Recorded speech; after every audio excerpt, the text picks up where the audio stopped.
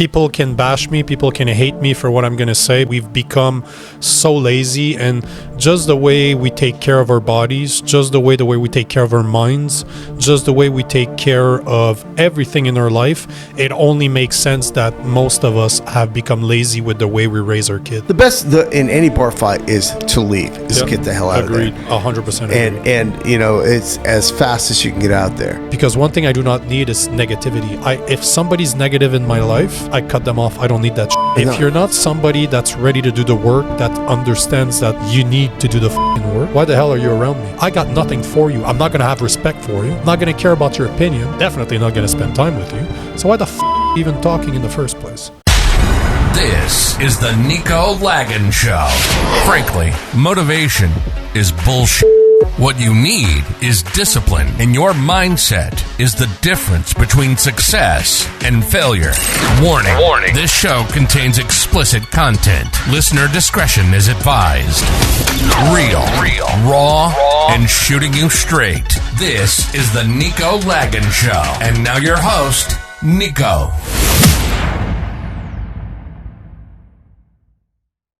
Welcome to another episode of the Nico Lagan Show. I have the pleasure to be with Jamie Fraser. And for those of you that are watching, we are in his beautiful backyard here in Austin, Texas. What is going on, man? Welcome to Austin. The land of the liberal inside the conservative state of Texas. That's why I love this city. Because I do like the city, but I love the state. I don't see any place else that you could have such a great dysfunctional family, except for right here in Austin, Texas, with liberals running the city and conservatives running the state. It is very interesting, but is there anything like Canada? Anything close? No. In Canada, there's unless you're going, it's on the side. Which side? Right. Put your fingers up right there. There's a little there's right there. Yeah. It's gonna pop at the same time. You smoke these things. I don't. And I'm gonna try not to cough every 2 minutes. For the people listening to the MP3 or to the recording, we are just having a cigar with a drink. We're doing it right. If I cough, it's me. To answer your question, but you're not supposed to swallow the smoke, right? Okay. Because you're gonna destroy your lungs. That would be harsh. To answer your question, there's no such thing in Canada. Everything, if you are not part of the woke, you are right. You are right as in politically on the right, so you are an extremist. How does that even happen? You got a trust fund baby prime minister that's been telling everybody how racist, homophobe, xenophobe, how being white is wrong. But yet he had how many pictures in blackface did he have? I don't know, but it's okay. He didn't know better. That's right. But they forgive him. They forgive him all the time. He's had multiple ones. When he went to India, he actually dressed like an Indian person. And I'm talking about almost, he had traditional clothes on. He started dancing, but then he talks about culture appropriation. Hey, motherfucker, like, are you serious? Like, I don't believe in culture appropriation. This is the biggest compliment you can give to another nation is to copy them. I agree. And I think that we are living right now in times where we are validating people being victims, because everybody wants to be a victim. You're 1,000% right.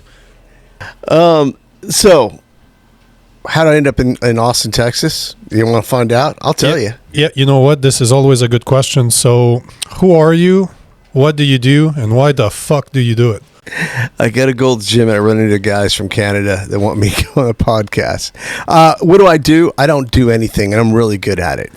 Have I done stuff? Yeah, I've done stuff. I do a talk radio show. I do talk on Saturdays for 3 hours. I talk about sports, in my opinion, on basically football, American football. Okay. I listen to people talk about basketball and other sports. I don't understand any of it, but I love football. I do investments. I do a little bit leadership counseling and a couple speeches here and there and help out. My background is I grew up in Northern California, back when we had Republican governors. It's been a couple of years. It has been. And then I played football in college, went to UC Davis. Then I joined the Army. Grew up in a military family. Dad's retired lieutenant colonel from the Air Force. He did 2 tours in Vietnam. I remember him, kind of. I was really, really young for the first one. I don't remember at all. Then I moved in after I got I got a degree from UC Davis in economics, which I've never used. I went and learned how to fly helicopters in the Army. I flew for the Army active duty for 9 years. I did one tour in Egypt for a year and a half on the Sinai Peninsula. Okay. That was a lot of fun. It was good times. Israel was interesting. Got to go.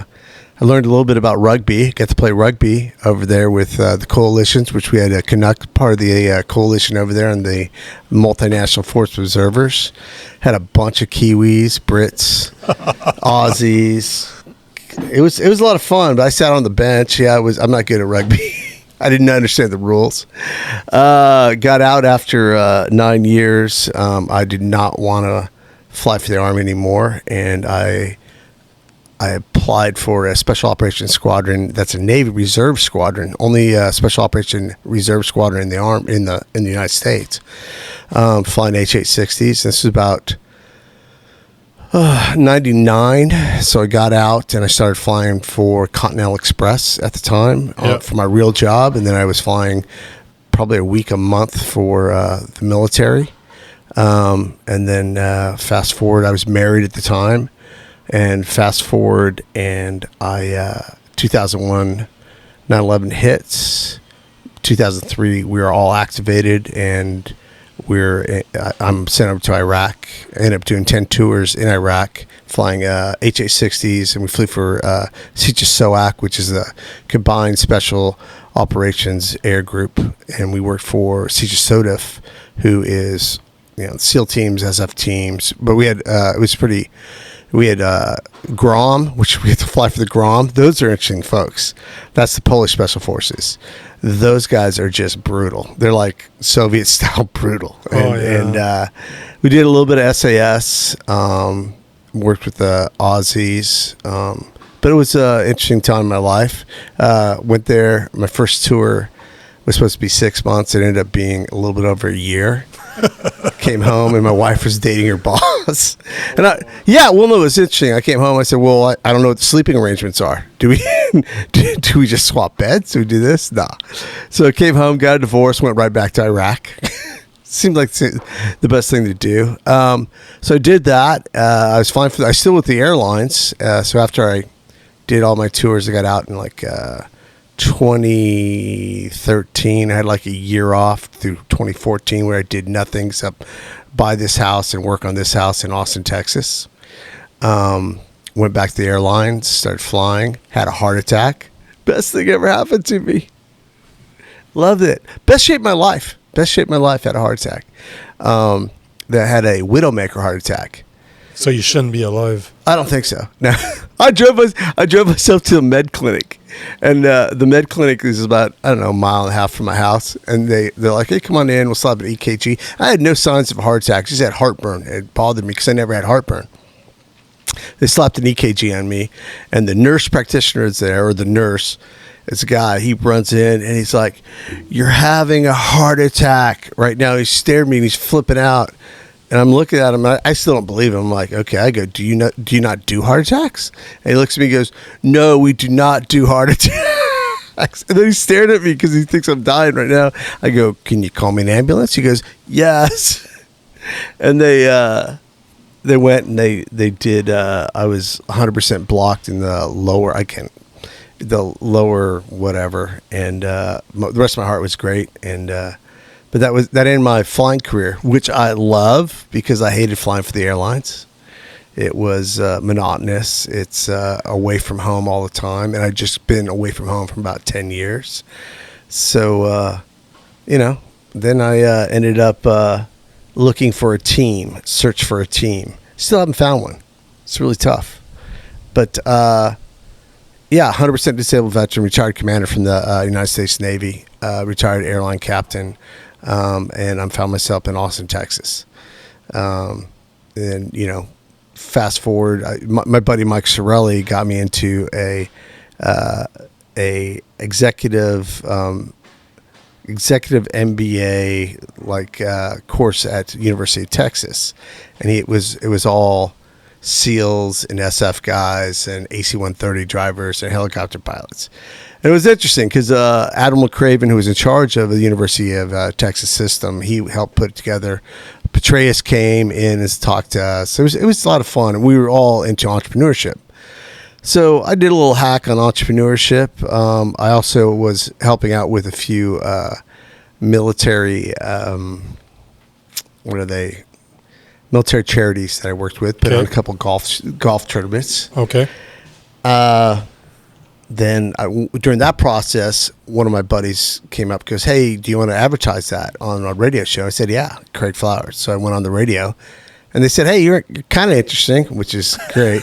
And they go, "You got a face for radio," and I'm like, "I do have a face for radio," and so I ended up starting to do radio on Saturdays.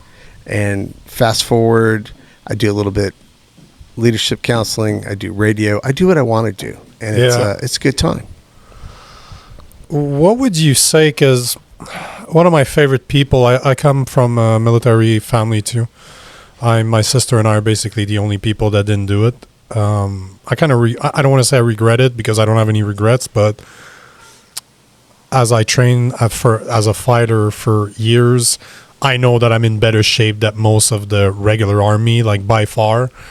I wish I did sniper school. I love shooting. I'm a big fan of firearms. That's the only thing I wish I would have been taught, how to shoot people at 2 miles away. I wish I would have learned that. I don't have that skill. It's quite the skill. I've hauled a lot of guys that had those skills. Yeah. But to me, it's a holistic view. I mean, you got to get to the point to go shoot the guy. Absolutely. And this is the beauty. This is exactly the patience that's required. It's kind of like a Zen thing. I'm a big meditator. Yeah. You'll see me at the gym. We met at the gym, and sometimes you'll see me at every single end of my workout. I'm sitting in a busy gym, just meditating. I just thought you were tired. Yeah, exactly. I'm trying not to fall asleep. I've had this conversation with a buddy of mine that's special ops in the Canadian Forces. Like, he was in it for 19 or 20 years. He's retired now. He trains police officers, military, with hand-to-hand combat, guns. He's an old MMA fighter. He's simply an amazing guy. And one of the subject that we spoke, I've recorded a few podcasts with him, and I'd love to get your opinion on this, but one of the conversations that we've had is the benefits for a boy to go to join the army. And to go even further than just the army, I would call it public service. To do, let's say you do everybody that graduates high school before they're allowed to go, let's say, to college, university, they need to do a 2-year service. I've said that so many times. And I would even break it down to, if you do a year service, just get them out. The way we were thinking is the first 6 months you're doing boot camp. You don't have a choice.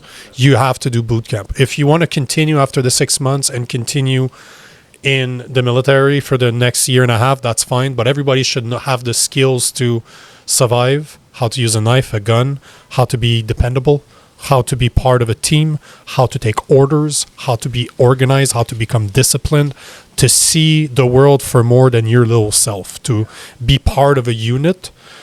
And after the 6 months, again, you can continue, or you can choose to serve your community. Could be that you're picking up garbage. It could be that you're a postman. It could be that you're working at the driver's license department, whatever it's called in the US, but you have to work for your community. Because one of the things that people forget or maybe are not aware of is the federal government doesn't change anything. if you look, all the changes are always done on the community level. So in your city, this is where changes are made. That's why I always say that, everybody gets wrapped up in big politics. Who's going to be president? I go, you're going to have more effect if you figure out who's going to be on your school board than you are going to be who's going to be president. And I agree with you. The public services and give these guys a buy-in to the country. And if you want to join the Peace Corps, I think that's great. If you want to do any kind of service, I am always so confused when I go, because I've been all over the world. When you go back home, kids I went to high school with, that have never left. Yep. They've gone maybe one or two states over, but that's it. And their whole view of the world is right in front of their eyes, and they don't look outside of that, and they don't know how lucky they are to be born here in the United States and have everything that they have here, and they don't even know what a third world country is. See, this is a completely change of subject, but this is what irritates me from feminists today, is exactly that. They're always complaining about how men control the world. By the way, if there's women out there that believe that men rule the world, let me tell you one thing, you're fucking retarded. You have not yet learned what sexual power is. If you're a woman and you are not using your God-given skills as a woman to learn how to control men with sex, you're a fucking idiot. This is the most powerful, the biggest power on this planet is the power that women hold over men. I do not care which men you are. If you're a heterosexual, there's a woman out there that can easily fondle with you. It's a loaded gun. And we love it. Yeah. And I love beautiful women. Everyone does. And if women, and see, this irritates me to no end when I hear those ugly fat women say that men control the world. Yeah, sure they do. It's because you don't have any sexual power. The beautiful woman that you're making fun of, she's understood something that you'll never understand, that they can control the most powerful men on this planet just by being beautiful and being desirable. It's true. It's not going to win you any popularity contests, but it's true. I'm not going to win any popular contest by saying that my girlfriend does not need to work. My girlfriend doesn't work. She helps me out on my projects, but she does not need to work because her and I are going to have kids and she will stay home to raise the kids. She takes care of me on a daily basis. My girlfriend cooks for me. Most of my meals are cooked by her. She cleans. She takes care of the dog. I work 12 to 14 hours every day. I have a dog. Yeah. No, but you know what I'm saying? But those are the roles that my girlfriend and I agreed upon. And I think the nuclear family's been torn apart.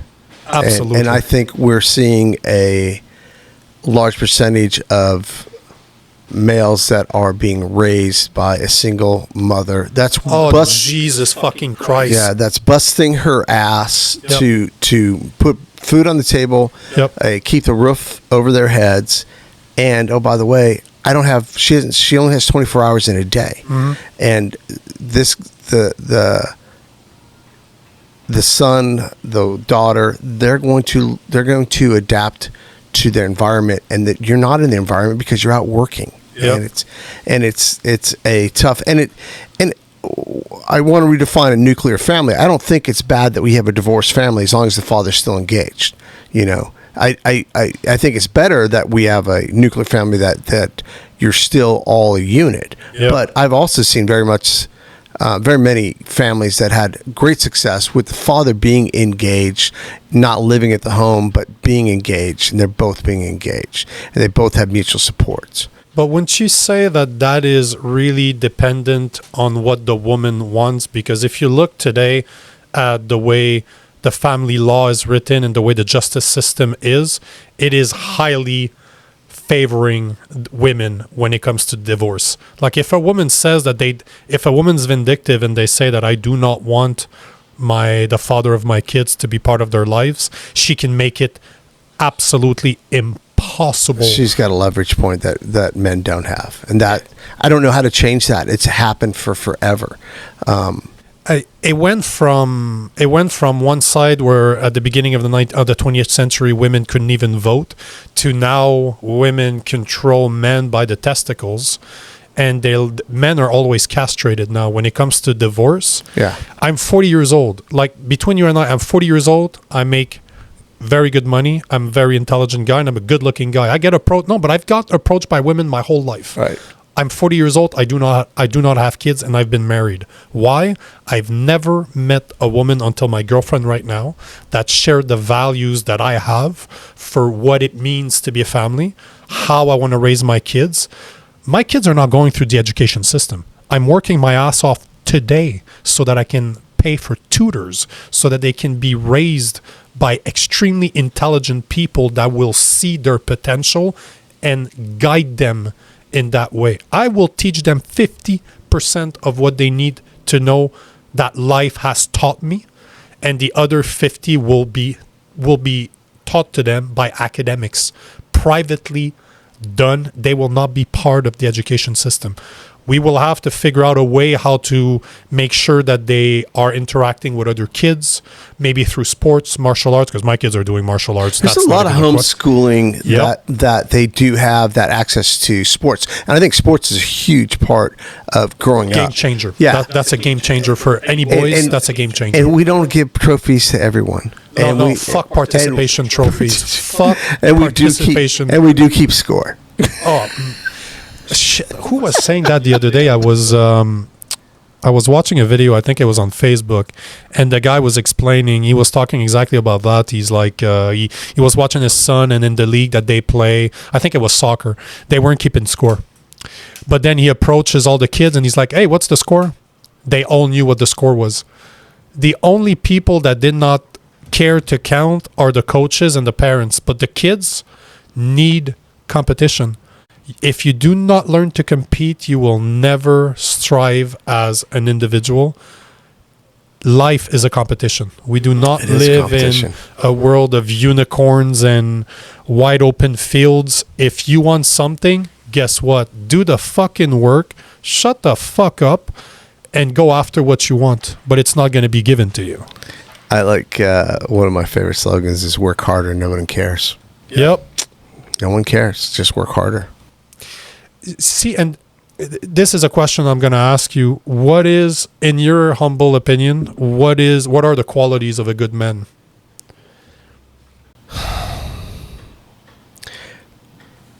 Someone that's willing to take on responsibilities. Someone's not afraid to stand up for himself and his family. Yep. Someone that, is willing to go against what's going on.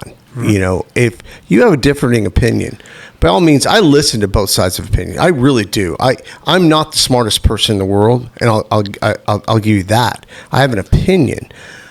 If you come at me with an opposing opinion, but you have a reason and there's truth in some of your arguments, we can always find middle ground. Absolutely. And don't be a polarized person. There's not a left, there's a right. There's just in the middle is the majority of the people. So as long as you're willing to stand up for what you believe in, I mean, that's the biggest thing. I see men today that are, whatever they see on TV is what's correct. We're not going to have, everyone's going to have pronouns. Everyone is going to, bend a knee. And just you're bombarded all day with. I thank God that I grew up when I grew up, because I didn't have an iPhone. Yeah. I didn't have this stuff bomb. And I have no marker that tells me how it would be to be like that, because I didn't have a cell phone. I got kicked out of the house and went out and played all day outside, and then I came home and ate, went to bed, and I did sports. I didn't have a cell phone. I didn't have a digital. The thing that cracks up is I remember when the world changed for me. I went out to the flight line, and we were actually in Iraq when this happened. It was like, I don't know, 2005, 2006, and I was like, hey, my watch was, I think I took it off in the jock room where you jock up, and I'm like, hey, what time is it? And I asked one of the maintainers that was working on the aircraft, and he goes, I don't know. I was expecting him to pull his watch out of his pocket because they don't wear watches while they're working on the aircraft. But I expected to pull his watch out of his pocket. He pulled his phone out had no cellular. It had no cellular data because we're in the middle of Iraq. But that's how they tell time now. And I'm like, that changed my life. And I look at people that don't wear watches. I'm not saying it's wrong. I'm just saying that it's a thing. And I can't. I'm allergic to metal. How about rubber? But I can't even. Really? It's the sweat. The sweat. There's the sweat. I've tried every single material. I'm a big fan of jewelry. But I look at all these kids. None of them have watches. No. They have, and that's where it all changed. Because when you have to tell me what time it is and you have to look at a screen, you are addicted to the screen. And I think that's one of the biggest changes in my lifetime, that it's someone else's. And then now, when you have a young child, I know all these people have iPads they throw on, and they babysit their kids while they're driving for 2, 3, 4, 5 hours. Yep. And I don't know if it's wrong. I don't have kids. I do not have kids. So I don't have kids either, but from a third party's perspective, it looks lazy to me. This is how I see it, and people can bash me, people can hate me for what I'm going to say, but we are lazy fucks now. We've become so lazy, and just the way we take care of our bodies, just the way we take care of our minds, just the way we take care of everything in our life, it only makes sense that most of us have become lazy with the way we raise our kids. Oh, it cracks me up about this. And I don't want to switch topics, but this is the beauty. We can talk about whatever the fuck we want. I look at the whole COVID thing, and I'm like, you shouldn't start telling people that, you got to get shots, you got to do this.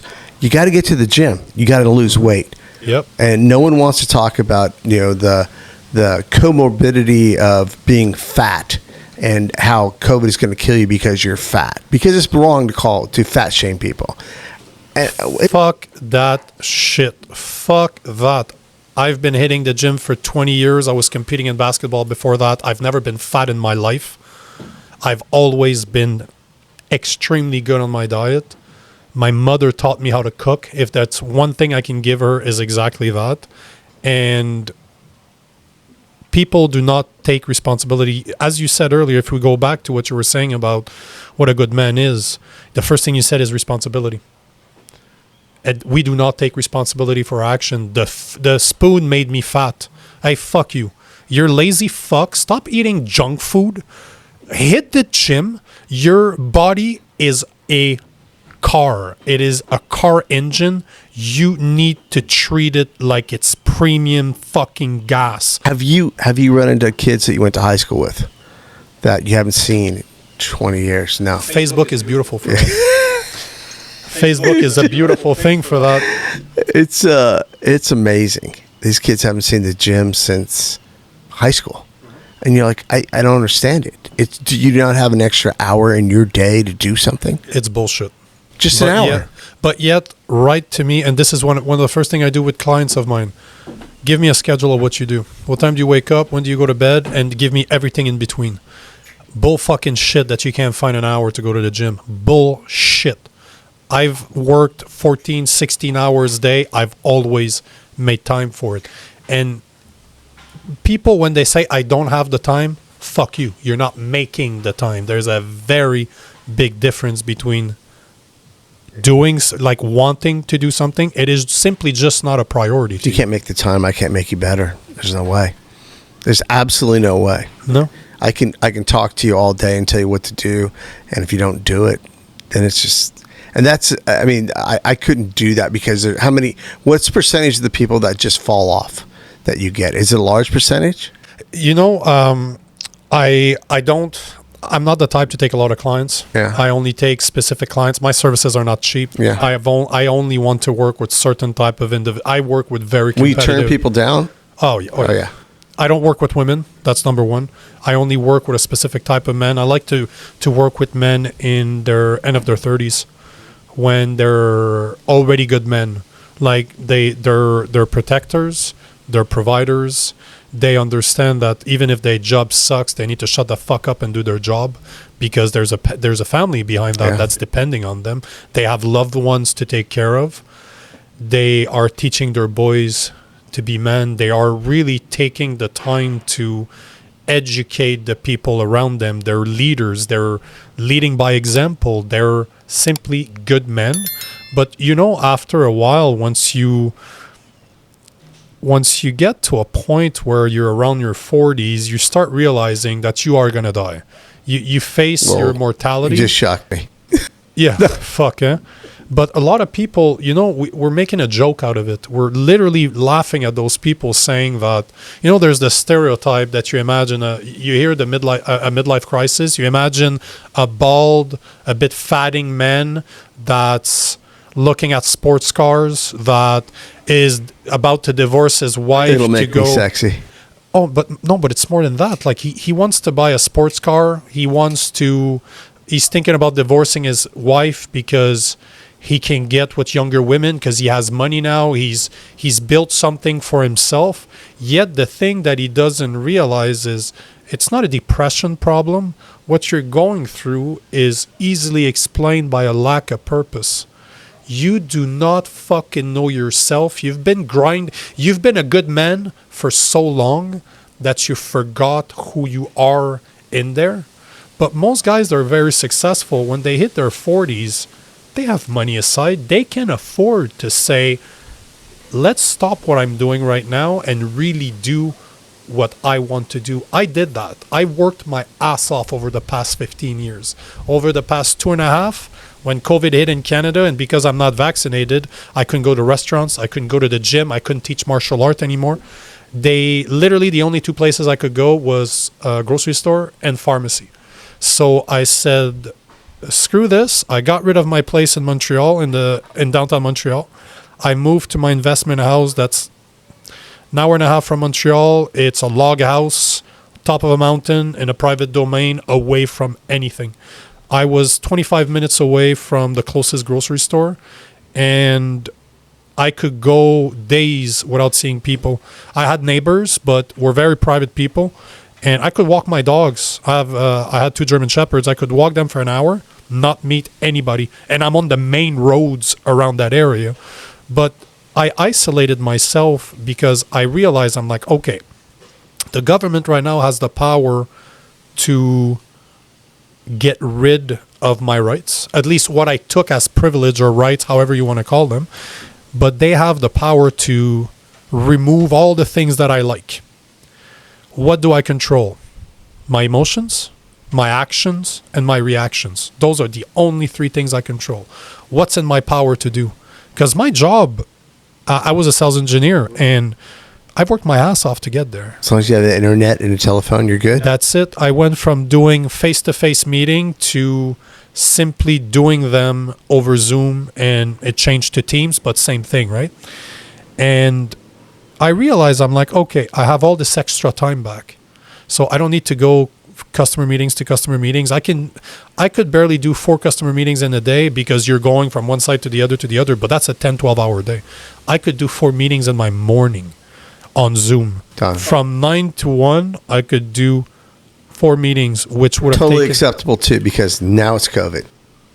So I realized, I'm like, okay, so the government doesn't want me in Canada anymore, but they won't let me leave.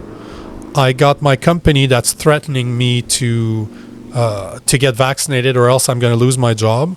I'm like, okay, so what's in my power? I'll start businesses. I started an apparel company. I started to coach people. I started this podcast. I invested all the money I was making into a renovation that I did on my house. I invested it on the gear that you're seeing today. I quadrupled basically the value of my house over a span of 2 years. The last 6 months, that's all I did. I did renovation. I ran my apparel company, my coaching company. Once I left, I refinanced my house, took all the money, to all the equity that I had, dumped it in a bank account, and now I'm investing 100% of what I make, of what I have in my businesses. And I kissed my 12-year career away 3 months ago and said, you know what? You clearly want to control me. I'm not that type of guy. So go fuck yourself. The government of Canada, same thing. You want to treat me like I'm a child? Go fuck yourself. I'm going to go somewhere else where they're going to leave me alone. I don't know where that somewhere else is yet. I'm traveling in my RV and we'll figure it out at one point.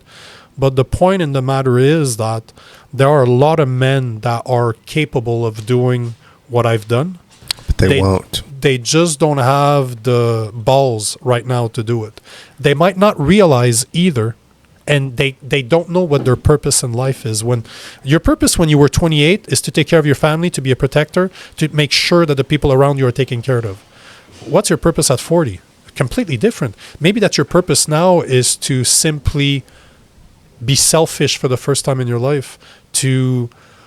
Since you're a boy, you know what your purpose is. You might have forgotten, but that's why meditation and visualization are perfect, because you will dig deep.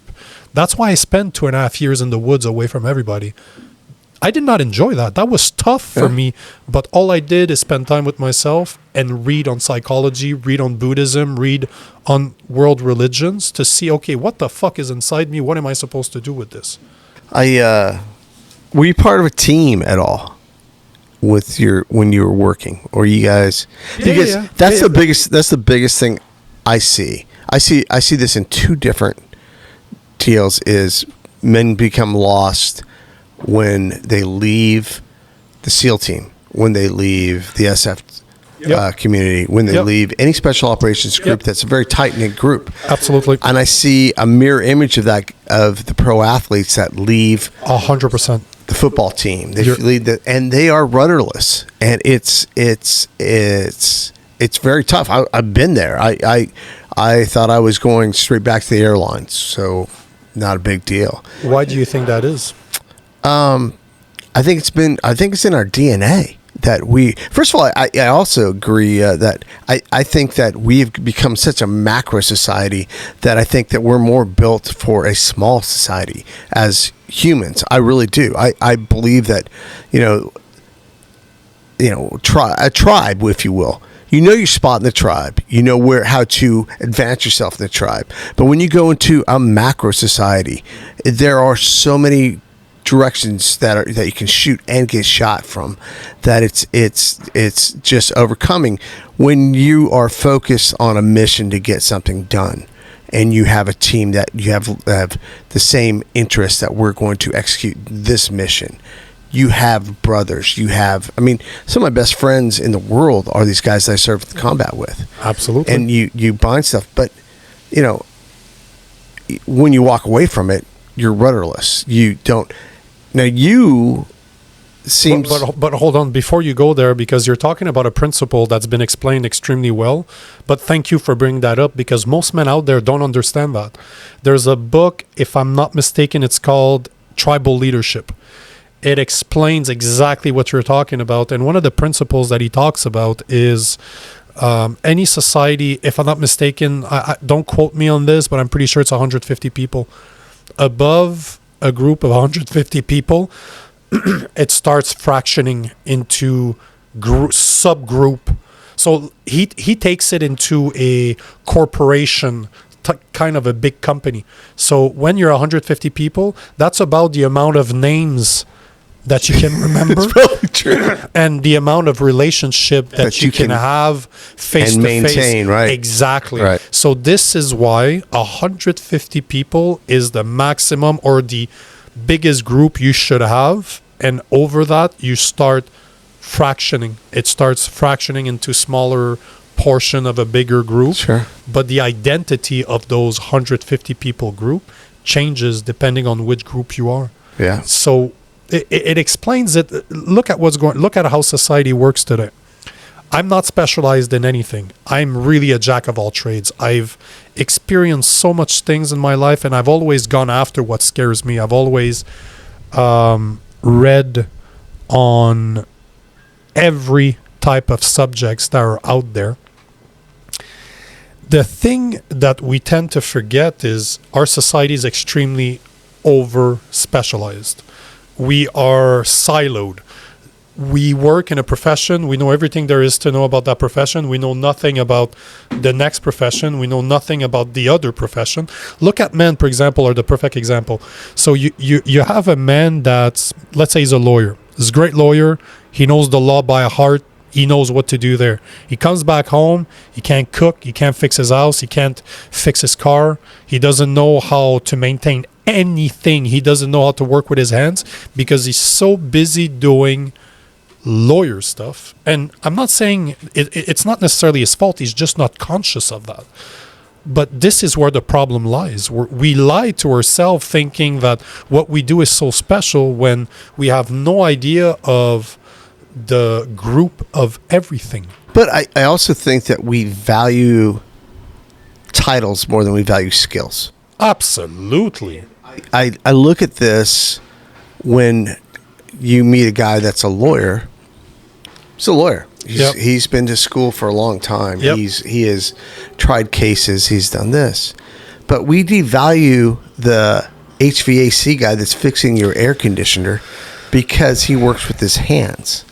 And I don't understand that. I love my favorite. Some of my favorite things in my life is I just got done building another deck in my backyard. Yep. I'm going to eventually build my entire backyard into a deck because I enjoy building decks so much.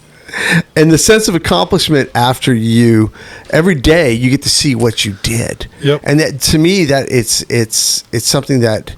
I was lucky enough to grow up. My dad, after he retired from the military, he started a construction company. I started framing houses. I learned some skills, not great skills, but I learned skills. I can fix things. I can build things. And to me, that is my favorite thing to do is go build something. But it's not my expertise. I love jack of all trades, masters of none. Yep. But they get no respect because they don't have the title too. And I don't know what people are working for, but there's doctors, lawyers, and there's a million different titles that you can have. But I know a lot of these guys, and they can't change a freaking light bulb. And this is exactly my point. You used the word holistic earlier. People assume that holistic has to do with weird spiritual stuff, but all that holistic means is that you're looking at an overview of everything. That's all holistic means. We've lost that perspective. We're so used to looking at little silos, at looking very specialized stuff, that we forget that everything's connected. Everything is connected. Like, the best example I can use is mind, body, and spirit. My body sustains my mind, so I need to make sure my body is working as great as it can. I treat my body like an engine, and I don't put regular gas in my engine. My shit is premium because my mind, my brain is dependent of that body. If I treat my body like garbage, my mind will never be able to operate to the level that I know it's capable of doing. And then you have the spirit, the essence of what you are, what will live on after you die, that connects both together. We've forgot that. We are really, from one side, we're hearing you need to be smart, but then most smart people are not necessarily that great in shape, and vice versa. And then we've ridiculed religions to a point. Yes, there's a lot of priests that took advantage, especially that in Christianity. But yet we forget that for the people that live in North America, all of our laws are based on the Ten Commandments. So you can talk all the shit you want about religion, and yes, you're right, there's some corrupted people out there. Men are corruptible, power corrupts, no questions about it. But there's so much good out there. I don't need religion, but I've read the Bible. I read Stoic texts all the time. Something like, if you're out there, you don't know what Stoicism is, read Meditation by Marcus Aurelius. This is the best introduction you can ever have. I love Buddhism. And for the people out there that haven't read the Bible, Jesus Christ is a Buddhist or was a Buddhist. All those religion brings stories. And this is what we forget. The fact that Jesus Christ existed or that Buddha existed doesn't matter. look at those religious texts as psychological tales. They tell you what you need to do in order to be a good man, to be somebody with purpose, how to treat your children, how to act in society, how to act in the community around you, how to care for the people around you. And all our fucking laws today in North America are based on the 10 Commandments. Don't you find it funny? What I find funny is the overlap between, the Quran, the Bible. But if you read in there, there's so much overlap, and it's the same guidelines of do unto others as you'd like to be done to yourself. Be good to people, and it's just it's very basic, but it overlaps in every religion you see. Treat others with kindness, and you'll receive kindness, and but they want to just throw it off because it's not woke enough. The thing, so one of the problems that having an over specialized society is that we want to complicate everything, because when something's too complicated for the average person to understand, we feel intelligent. But when you look at life is so simple. We just don't want to admit that it is so simple because it makes us feel stupid. Because if life is indeed that simple, that means we are fucking stupid for not understanding how simple it is. Can you talk to the IRS and make their It should be a post. It should be because this is how much money I made. This is what you want. Here you go. We just want to feel intelligent, so we want to complicate things that don't need complication at all. Life is so freaking simple. If you're a man, you take care of your family. I passed an interview with a bunch of young men. They range from 20 to 24. The guy found me at the same gym we met at the Gold Gym downtown in Austin. So I'm just there with my girlfriend. She's recording my workouts because of my apparel brand. My marketing company wants to have we're going to run a bunch of ads, and I'm the face of the company, obviously. So the guy comes up, and you recognize I'm not walking around with a cell phone. I'm walking around with a gimbal that's worth $2,000 with a camera with $3,000 on top of it. So the guy's like, what the hell is that? So he started talking, and we did an interview together, and he asked me, what would you tell yourself if you could speak to your 20-year-old self? What would you say? And I told him, I'm like, it's super simple. Don't be a bitch. Do the work. Shut the fuck up. Learn to not only appreciate what you have, but understand that life sucks. There's I don't know if you're a fan of the Rockies, but I grew up on the Rocky movies. I love it. So, in Rocky Balboa, the one he's older, he runs his restaurant, and there's a simulated fight, and he knocks out, like they simulate fighters from all the eras, and they match them together to see who would win. And Rocky Balboa ended up knocking out the champion, the current heavyweight champion. So they basically start approaching him, and they're like, oh shit, we're going to cash out on this shit. But the son approaches him, and he says, you can't take that fight. You have no idea how that's going to make me look, how that makes me feel this. And he looks at him. He's like, life sucks, bro.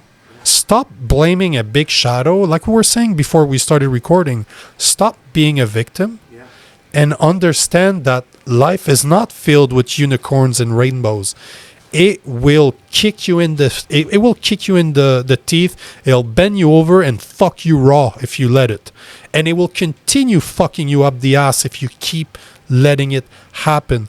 Instead, realize that life is hard. Take responsibility. Take the actions to become a better person. And life becomes so simple when you understand that you don't control much outside of yourself. I can agree that when you brought back Rocky, I remember Rocky, and there's a scene in Rocky. I don't remember. It's the last round when Rocky gets knocked down, and they say stay down. Which movie? In every number single one, movie. Number one, last one with Apollo Creed, and the face on the actor of the Apollo Creed, he plays it perfect because he's now they're in the final round. This shouldn't have gone 3 rounds, but it went the distance. Yep. And Rocky's laying on the canvas, and he is just beat to hell, and he shouldn't be able to get up. Nope. And he's dancing around with his arms up, and he turns around and he sees that Rocky just got up. Yep. And you see his face, and it's just like, I mean, that to me, that is whether Rocky wins or loses, it's victory right then, because he's doing something that no one thought he could do. And he pushes it just a little bit more, and you don't know what you're capable of. You really don't. That's one of the biggest thing is are you capable to go another mile, do another pull up, do everything. You just push it. But we have a society now that falls apart within 72 hours, and I can guarantee you. Oh, that's beautiful. If you look at any natural hurricane that hits New Orleans. You look at here at the snowmageddon that we had, because we had 6 inches.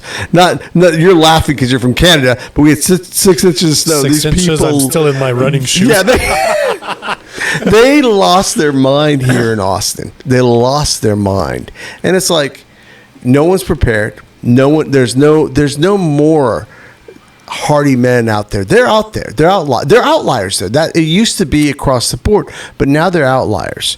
And you give 72 hours, you're on your own. And that's one of the biggest things I always love is like, hey, no one's coming. You're on your own. Okay, put yourself in that position. I don't care where you're at. If you're walking down the street and there's 2 guys approaching you and they're going to kick your ass to take your money, take whatever you have, you're on your own. Mm-hmm. You can call 911 all day long. Guess what? They're not coming for 15 minutes. Okay, you're on your own. What are you going to do? And if you've never thought of that, or you think that Superman's going to run in and save you, it's not going to happen. If we have a snowmageddon and everything shuts down, you're on your own. Start taking, and by all means, help people out, but you're on your own. Mm-hmm. And it's 72 hours. 72 hours, it goes from a society to chaos. And people aren't prepared for that. And it's going to happen to you. It will happen to you in a natural disaster, hurricane, it's a school shooting, a million different things. It's life. It will smack you in the face. And if you don't get up off that canvas, you're done. And you got to get up on the canvas. And once you do, you'd be surprised. There's a lot of tough guys on the street that think they're going to come over and take your wallet. Sure. But you'd be surprised how many guys have never really been in a fight. Now, I'd say 90% of men. Do you know how you know somebody's never been in a fight? Because they never got their ass kicked. If they got their ass kicked, guess what? I've had my ass kicked, and I've been in fights. Yep. And if you've never been in a fight, you never know what you can do or what you can't do.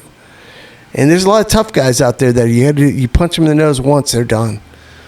You know, you're a big fan of Joe Rogan. We were talking about him earlier, and one of the things, and Joe Rogan's not a fighter. Like, yes, he's competed in Taekwondo, but he's not a fighter. But he's a black belt in Brazilian Jiu-Jitsu. If you've seen him hit pads and hit the bag, that dude is fucking strong. If you've ever met Joe, Have you met Joe? No, I've met him at Mozart's Coffee because he was over there getting coffee. But I've been to his show, and I was in the front row of his show. He's not a tall guy. Oh no, he looks like he's 5'7". Yeah, maybe. but he's a fire hydrant. Yeah. That's exactly what he looks like. But he was explaining in at least one of his podcasts. I'm sure he has like 2,000 podcasts, so I'm sure that he's explained it quite many times. But he was saying how he is scared shitless to fight. You should be, because you never know who you're fighting. But it goes even further than that. Once you know how fragile the human body can be at the right places, it's very dangerous to fight. It is. And not only that, but getting jumped, as you're saying, you get jumped. 1-on-1, I don't have a lot of worries. All right. I really don't. 2-on-1, I'm not that worried either. But what is that third person going to do when I'm defending myself against the first one and the second? You never know. When weapons get involved, like people are so, this is how I recognize somebody that doesn't know and that's not prepared to fight. They want to fight. I do not care that I can kick your ass unless you put your hands on me and you put me in a situation of self-defense, or you touch my girlfriend, or you touch one of my loved ones. I will walk away, tell you that you are the best thing on earth since Jesus Christ, and I will, no ego, make you believe that I'm very scared of you, because I do not want to fight you. I don't. I have no interest in fighting anybody, because I know the type of damage that I can cause somebody. And there's the unknown out there. I mean, especially since a lot of people got into jiu-jitsu and everything. Yep. But those majority of the people that I know that got into martial arts, none of them look for a fight. They do not look for a fight. No. But the gang mentality, that is the one of the most dangerous places to ever get in a fight is in a bar. Oh. Because you don't know who's with him. No. You just need to, as soon as possible, break contact and leave. Yep. It's a big world. A lot of bars. Go someplace else. Yep. But some guys get pussy hurt that some guys gonna tell them what to do. Get hurt. Right. But also, if they back you in a corner, you better be able to fight and protect yourself. And you'd be surprised of just being able to stand to protect yourself. If you the best in any bar fight is to leave, is get the hell out agreed. of there. 100% agreed. And it's as fast as you can get out there. But there are so many men out there that have never been in a fight to understand that it's good to get your ass kicked. It is. And were you ever bullied? Were you ever bullied as a kid? Yeah, absolutely. Yeah. Were you smaller? When it started, I was about 14 and 15 years old. Yeah. Between 14 and 15 is when I got bullied. And I can guarantee you remember that. And you remember who that bully was. Oh, yeah. Yeah. And that's back when I did not know how to fight. Right. I was a pussy. Yeah. I basically let him hit me as he wanted. He would follow me home and kick my ass right in the staircases of the apartment where I used to live.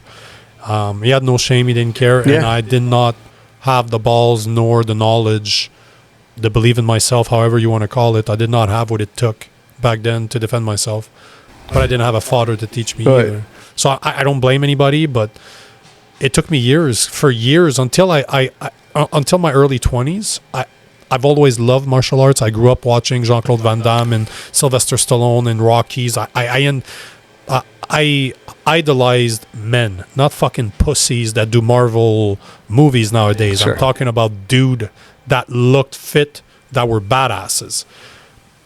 But I did not know how to be one of those men. Wanted to know how to defend myself, but it stayed in the back of my head until when I turned 20 or 21. Yeah. I just said, okay, Nick, what are you going to do? You can stay a victim for the rest of your life, or you can simply decide to do something about it. And I experimented from Taekwondo, karate, boxing, kickboxing. I found Muay Thai. I've been in Muay Thai for 20 years now. I'm a Muay Thai instructor recognized by the Thailand government. So I fought as an amateur. It's showed me what I was made of.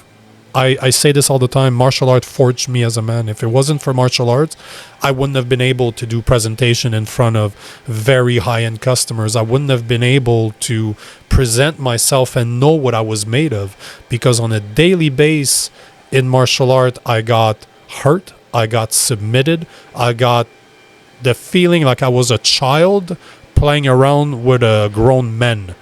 How many times have I felt like a child in a martial arts sparring, martial art class, because I was literally outclassed by the other person? But when you fail 10, 20 times during 3-hour session, you start looking at the world and say, holy fuck, who cares if I fail? Who cares if I fail? You know what happened after I tapped out because I was about to choke? Nothing. The guy stopped, I'm like, oh shit, I just got topped out by somebody that's better than me. I could be a victim and say, I'll never do this again. This is not fair. That guy's too aggressive, this and that. Or say, wow, what's the worst that happened? How about I get better and stop being a bitch? The thing that you bring up that people they're afraid to fail, and they're afraid to. I mean, if you look at all the successful people in the world, they've had way more failures than they've had success, and a failure is not a failure as long as you've learned something from that failure. You know, if you've learned, I don't want to do that again. Touching a hot stove with your finger, you go, hey, it's not so smart. I'm not going to do it again. But you learn and you move on. You don't let a failure just stop you. Take another course, make something else. But you were talking about participation medal or participation trophies earlier. I want one. And this is exactly. Do you give them out for this podcast? Yeah, exactly. Yeah, you get a medal. You can hang it out, and it says, you're a fucking bitch for accepting this medal. That's what it says on it. But the average kid now is being raised in a way where we don't want them to fail. We simply want them to feel nice. We're telling them that there's safe spaces everywhere, that everything is going to be okay, that instead of changing the individual, we're going to try to change the world and turn it into a utopia. Yes, you should do that with your kids at home. Your kids, when they're at home, should feel safe. They should feel like they can be themselves. They can say what they want as long as it's respectful.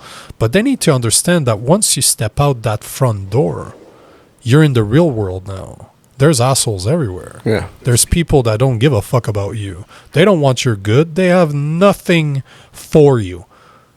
But you can't be a victim about it. You have to realize that there's certain things you control them, put your ego in check. Why do you think the Buddhists, I don't like to call it a religion because it's not a religion, it's more of a way of life, but the Buddhist way of life will teaches you to put the ego aside, to say that this is my perspective of myself.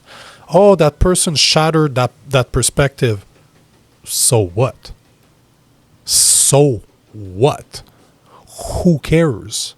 How many people have told me? My own mother, when I started this podcast a couple of years ago, told me that, did you know that most people fail?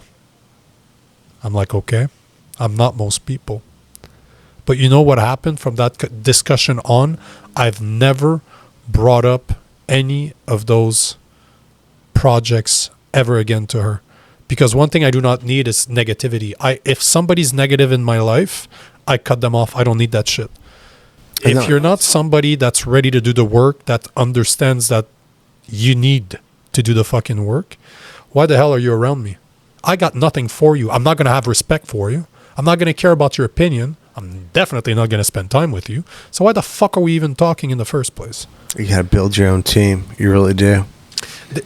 You know what? This is a question I'd like you to elaborate on, or a subject I'd like you to elaborate on, because I personally believe that this is one of the most beautiful thing about the military. That to me, it was sport. Martial art was the same thing. Even if you're just one guy in the ring, there's a massive team behind you that helped you. You didn't fucking train by yourself. You didn't get good by yourself. There's a team behind you. And that's one thing that we forget, that we are band creatures. We're meant to be in groups, but you need to find that inner circle. You need to find those people that are there for you, that will tell you what it is, not what you want to hear, what you need to hear. And we're so scared to disappoint our family, or we respect their opinion so much without realizing that most people live in fear. If I look at my family, I look at my mother and I look at my sister. Those are my only family members, like direct family members that I have. I don't really speak to them because they're victims. I'm not a victim. And no matter how much I try to provide my opinion on things, it always turns out into a fight and an argument where we're being disrespectful to each other. So what's the point? I just don't deal with them anymore. As bad as this sounds, I just don't want to deal with that anymore. But choose your team. Don't rely on your family. If they're not for you, if they're not there to help, build your own family. It's families, you get to pick a lot of stuff. You don't get to pick your family. You don't. No, you're born into it. You're born into it. And it's luck of the draw. It is. It is not on you. My father chose not to be present. Can I control that? Can I reminisce? Can I be anxious about what I didn't have? What's the point? You can do that for the rest of your life. But what's the point? There's absolutely no point. This is, some people ask me, why do I do what I do? Because I didn't have a father. Because my biological father decided that I was not important enough in his eyes to be part of my life. At the end of the day, that's what it is. It's okay. He's dead now, and I wish I could have told him that I wasn't even mad at him. It's okay. Because of you, I'm sitting here right now with you because of what he did. My life's purpose is to help men that did not have a father figure. Who best than me to show you that it's possible, because I've been through it. Did you have mentorship at all? Did you seek out mentorship at all? I'm not used to being interviewed, so I see what you're doing there. You can tell that you're a radio host, so you ask questions. But what happens, and this is something that I don't speak a lot right now, but I'm going to get into more on my social media presence, I guess you could call, is as men, we look for mentors. Sure. Even if we don't know. Unconsciously, we are always looking for somebody to emulate. And when my father died when I was 14, when my father left, when I was 14, I quit school. I started selling drugs. That's smart. Of course, smartest thing I've ever done. But I quit school. I started selling drugs. I started partying day in, day out. I was selling drugs to support my habits, basically. And I did that for about 6 years. So you were an entrepreneur. You know what? Funny enough, I've came to that conclusion myself that, yes, I'm a born entrepreneur. But at the end of the day, I was associating with guys that were older than me. That, back when this has happened, like I was 18 when the 2000 came. So rap was starting to be something. I was listening to rap music, and I'm not blaming rap music for anything, but I idolized those guys. Even as a white guy from the suburbs, I'm still looking at those guys and I'm like, you know what? They don't have father figure. They're raised by single mothers. How did they get rich? They sold drugs. How did they get rich? They made music. I started rapping before Eminem was even a thing. But this is who I idolized. Those were my mentors. Those are people I looked up to. But that was subconsciously. I wasn't sitting there saying, holy shit, I'm going to copy that. No, I just liked what those guys did. It spoke to me. But to answer your question, my mother did find a man a couple of years after. Great man. But I was so fucked up by then that I didn't care. I was not listening to that guy. I lived by myself since I've been 17 years old. So I went back to my mother in my 20s because she gave me an opportunity to live the world, left the world I lived in. Sometimes there's a crossroad in your life, if you're conscious enough to see it, where you can clearly say, if I can continue on this road, this is what is probably going to happen. But if I take the other road, this potentially could have happened. And I was homeless. I didn't have a house. I just lost my apartment. I can't even remember why I lost it, but I guarantee you I deserved it. But I had no place to stay. I had spent a few days with no place to stay. And my mother got in contact with me. It's like God was somehow reaching out, and my mother was that hand. And she's like, would you want, because she had an idea. I never really lied to my mother as to what I was doing. I was not upfront about everything, but she had a very good idea of what I was doing. So she offered me, she said, you know what? How about you come back home? I can't pay for your education, but I can give you a roof. Put a roof over your head. I went back to school, got my high school equivalency, did an 18 months college diploma in computer science, and then it took me 20 years to get where I am today, but I hustled my fucking way through. But the point is that pay attention to what goes on around you. There's always people trying to help. There's always good people out there. I got lucky that it was my mother. But if I look at the past 20 years of my corporate world, there's like 3 guys that saw something in me that I did not see for myself. And You've been listening to the Nico Lagan Show. Nico has been involved in the martial arts for 20 years. He's a Muay Thai coach, focus coach, podcaster, and sought-after public speaker. We hope you've enjoyed the show, and we hope you've gotten some useful and practical information. We'll be back soon, but in the meantime, find us on Facebook and Instagram at Coach Nico Lagan and on YouTube at The Nico Lagan Show. See you next time.